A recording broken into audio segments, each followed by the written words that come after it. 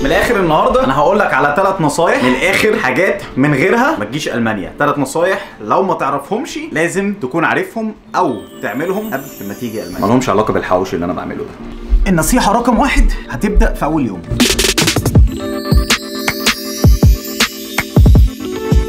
فيديو النهارده هيبدا كده، هيبدا من هنا لسببين. ان انا معيش الكاميرا نسيتها، ولكن ده مش سبب ان انا ما اصورش، فطلع الموبايل وصور بيه سواء صورته وحشه سواء صورته حلوه. والسبب رقم 2 ليه بصور من هنا، يعني مش على طول داخل في موضوع الفيديو، لان يعني المشاهد دي من برضو موضوع الفيديو، الا وهي انا جاي العب بطوله تنس. عندي ماتش دلوقتي الساعه 10 وعندي ماتش الساعه 6. طب هل البطوله دي فيها فلوس؟ لا. فيها نقط؟ يعني فيها اي عايد او فايده؟ لا. طب البطوله دي فيها ايه؟ فيها ان انا بعمل حاجه بستمتع بيها مهما كان ايه العائد منها، بتاخد وقت يعني بضيع فيها وقت. والحاجه رقم 2 بستمتع بيها، مش بتحسسني بملل في المانيا خالص. يعني اول ماتش خلص كسبته الحمد لله. ومن النصايح المهمه اللي انا عايز اقول لكم عليها تعملها لما تيجي المانيا ان شاء الله، بحيث ان انت ما تحسش بملل في بلد غريبه، الا وهي الاكتيفيتي او الحاجه او الهوايه المفضله بالنسبه لك مهما كانت ايه هي، رياضه، رسم، اي حاجه، اشغل نفسك بيها او ما تنساهاش. يعني اعملها اول ما تيجي. بتلعب كوره روح العب كوره، بتلعب سباحه روح العب سباحه، بترسم روح ارسم، او عندك هوايه مثلا تقطيع حاجات بالخشب والنجاره وترسم وتعمل او تعمل اشكال معينه، اعملها. اشتري المعدات واعملها. ناس كتير قوي اول ما بتيجي المانيا بتنشغل في حياه الشغل والوظيفه او الدراسه وبينسى تماما الهوايه بتاعته. 80% من الناس هوايتهم المفضله الكوره، فعلشان كده اول ما تيجي المانيا اشترك في جروبات على الفيسبوك مثلا مصريين في المانيا او في المدينه اللي انت قاعد فيها او في اوروبا عامه، واسالهم بتجمعوا نفسكم تلعبوا كوره ولا لا، انا عايز العب معاكم وعايز اجي مره. روح الملاعب نفسها لف وشوف ناس بتلعب. لو لقيت حد مثلا قول لهم انا عايز ابقى العب معاكم، انا جديد هنا محتاجين لعيب، مش عارف. حتى لو ما بتعرفش تلعب ما تقلقش، احنا ما حدش هنا بيلعب باحتراف ولا حاجه. ومثال على كده، في شخص قابلني اول امبارح واحنا بنلعب كوره، هو سمعنا ان احنا بنتكلم عربي تقريبا، هو مش مصري بس يعني هو عربي. اتكلم معايا قال لي انا يعني سمعت ان انتوا بتتكلموا عربي، انا لسه جاي المانيا جديد وانا طالب، ولو في مجال العب معاكم هتبقى حاجه جميله يعني وكده. على طول خدت منه الرقم، ضفناه على الجروب بتاع الكوره، وان شاء الله هيلعب معانا كوره. فاهم نصيحه علشان ما تحسش بملل في المانيا او الناس تحبطك اللي بتطلع على السوشيال ميديا يقعد يرغي اي كلام على المانيا، الهوايه بتاعتك ما تسيبهاش. مره في الاسبوع كفايه جدا، هتدي لك زي ما نقول كده ايه في الحياه في المانيا. مش هتبقى الحياه كلها مجرد شغل وبس او دراسه وبس. انا علشان هوايه التنس بحبها جدا، انا من ساعه ما جيت المانيا ما ببطلش، باجي العب بطولات زي كده، بدفع حتى في البطوله 40 يورو و50 يورو، العب ماتشين ما فيهمش مكسب فلوس، ما فيهمش نقط، ما فيهمش اي حاجه، ولكن بالنسبه لي كفايه ان انا اخرج من الويك اند مثلا اللي فيه البطوله، او حتى لو في وسط الاسبوع في اي وقت، مبسوط كده وحاسس اللي هو انا عملت حاجه تفرحني تبعدني عن مشاغل الحياه. الماتش التاني لسه بعد 2.5 ساعة تقريبا، فانا هروح البيت وارجع. النصيحه اللي بعدها من البيت.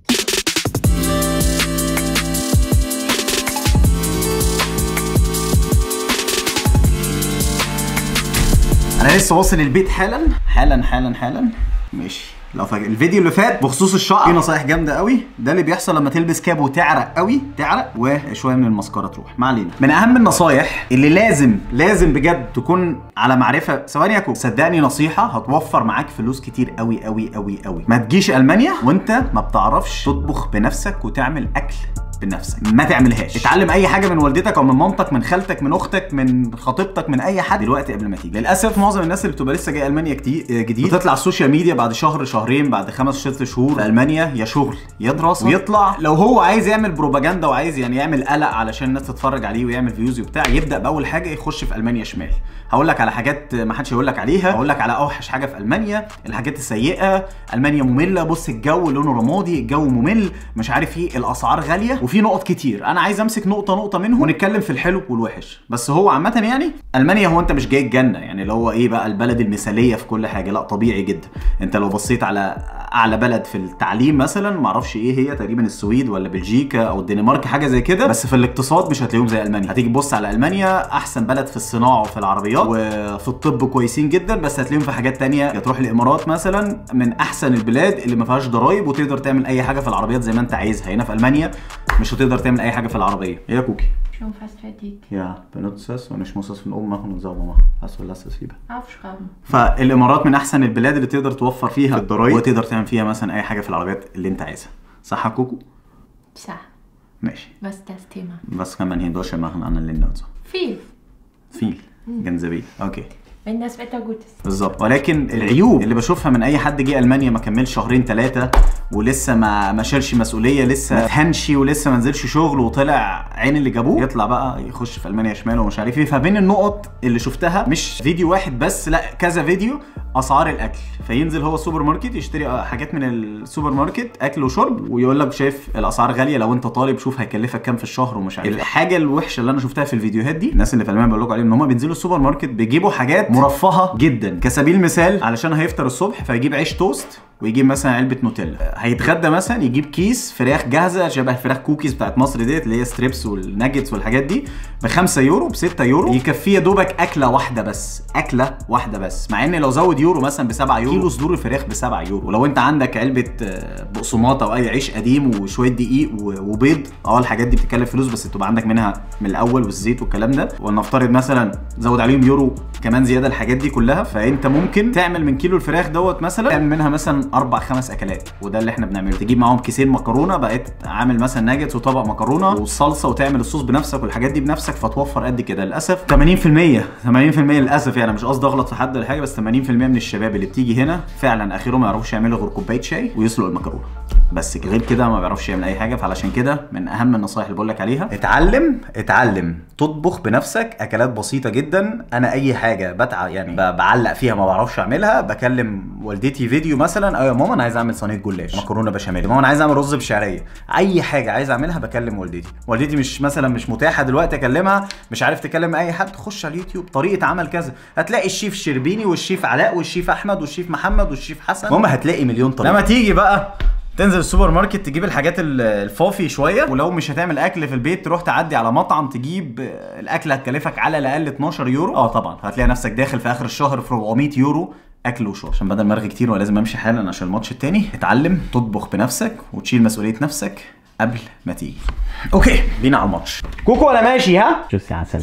تشوس. حاجه كده يعني هي مش معلومه مفيده ولا حاجه، ولكن انا الماتش الاولاني لعبت مع واحد ترتيبه اقل مني ترتيب واحد بس، يعني دلوقتي هلعب مع واحد ترتيبه احسن مني 6 مرات. يعني طبعا انا رايح عايز اكسب، ولكن يعني الطبيعي المفروض يحط عليا، ده المفروض يعني. من اوحش الحاجات في المانيا هنا ان انت لو ماشي في طريق فيه قطر مثلا بيعدي ولا حاجه والاشاره بتدي احمر، انت ممكن تقف مثلا بتاع 10 دقايق ولا حاجه، يعني فعلا بتقف وقت طويل قوي لحد ما القطر بيعدي. بس مفيش فعلا طريق، انا بتكلم على القطر السريع او الحاجه اسمها الاس بان مش الاوبان، مفيش ولا مكان في المانيا ما فيهوش سد كده بيتقفل، لازم يتقفل منع عن الحوادث، ويقفل مثلا بتاع مثلا 4 دقايق كده قبل القطر ما يجي، ويفتح بعد ما القطر ما يمشي على طول في ساعتها. اهو جه.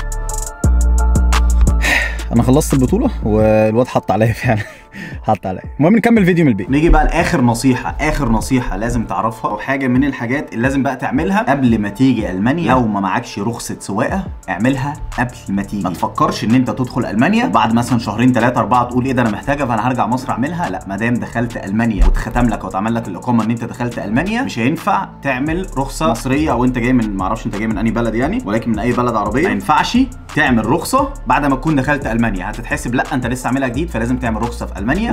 ونصيحه كمان، اعمل رخصه الموتوسيكل قبل ما تيجي المانيا، حتى لو انت ما بتفكرش تركب موتوسيكل ومش محتاجها، نصيحه مني اعملها قبل ما تيجي. يا اما اتعلم سواقه موتوسيكل، انت ممكن تعلمها في يوم واحد يعني سهله جدا، طلع رخصه موتوسيكل مش هتكلفك في مصر يعتبر اي فلوس مقارنه بهنا، لان انت لو جيت هنا زي حالاتي كده برخصه سواقه بس عربيه، ودلوقتي انا نفسي اعمل رخصه موتوسيكل علشان انا نفسي اجيب موتوسيكل بصراحه في الصيف، سواقته جميله وموفر وكل حاجه. الرخصه هتكلفني من 2000 وشويه ل 3000 يورو، يعني احنا بنتكلم بالسعر المصري حاليا مثلا، عشان يعني معظم المتابع بيتفرج من مصر، احنا بنتكلم فوق ال 90000 جنيه، ممكن تدخل ل 100000 جنيه. ده بالنسبه لهنا. طبعا انا عارف ان انا شغال هنا بقبض باليورو مالهاش دعوه بمصر، ولكن تخيل انت لسه جاي المانيا ومحوش فلوس مصري حولتها ليورو وقررت تعمل الرخصه السواقه العربيه او الموتوسيكل، وانت مش عاملها في مصر، مش معاك المصريه وانت جاي، فانت الفلوس اللي محوشها دي هتعمل حسابك في 100000 جنيه او 90000 جنيه علشان تطلع رخصه. فنصيحه مني اعمل الاثنين قبل ما تيجي. طب ايه اللي بيتم لما بتيجي مثلا بالرخصه بتاعتك؟ بتروح تعمل حاجه اسمها شرايبن، يعني من الاخر ترجمه مقدمه للرخصه بتاعتك للرخصه الالمانيه، وكل المطلوب منك ان انت تعمل امتحان اللي هو الشفوي اللي مليان اسئله ده،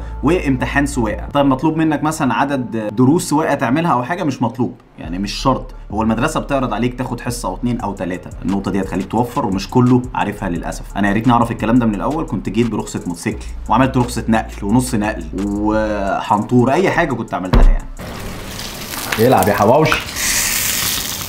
حواوشي بعيش مصري جامد جدا. المهم الفيديو على كده خلص ان شاء الله، وفي زي ما نقول ايه مغامره او تجربه من الاخر، يعني يعتبر ايه ناس كتير نفسها تعملها بس كله خايف منها وانا نفس الكلام، فانا قررت اعملها واصورها لايف. تابعوا ان شاء الله في الفيديوهات الجايه. بس كده. وهن رايحه فين؟ الكيتشن، المطبخ. سلام. Dog status, I'm a big dog vet. I pull up on the block in a big Corvette. Yeah, ride around the field with a stick all black. Try with a poker, we win.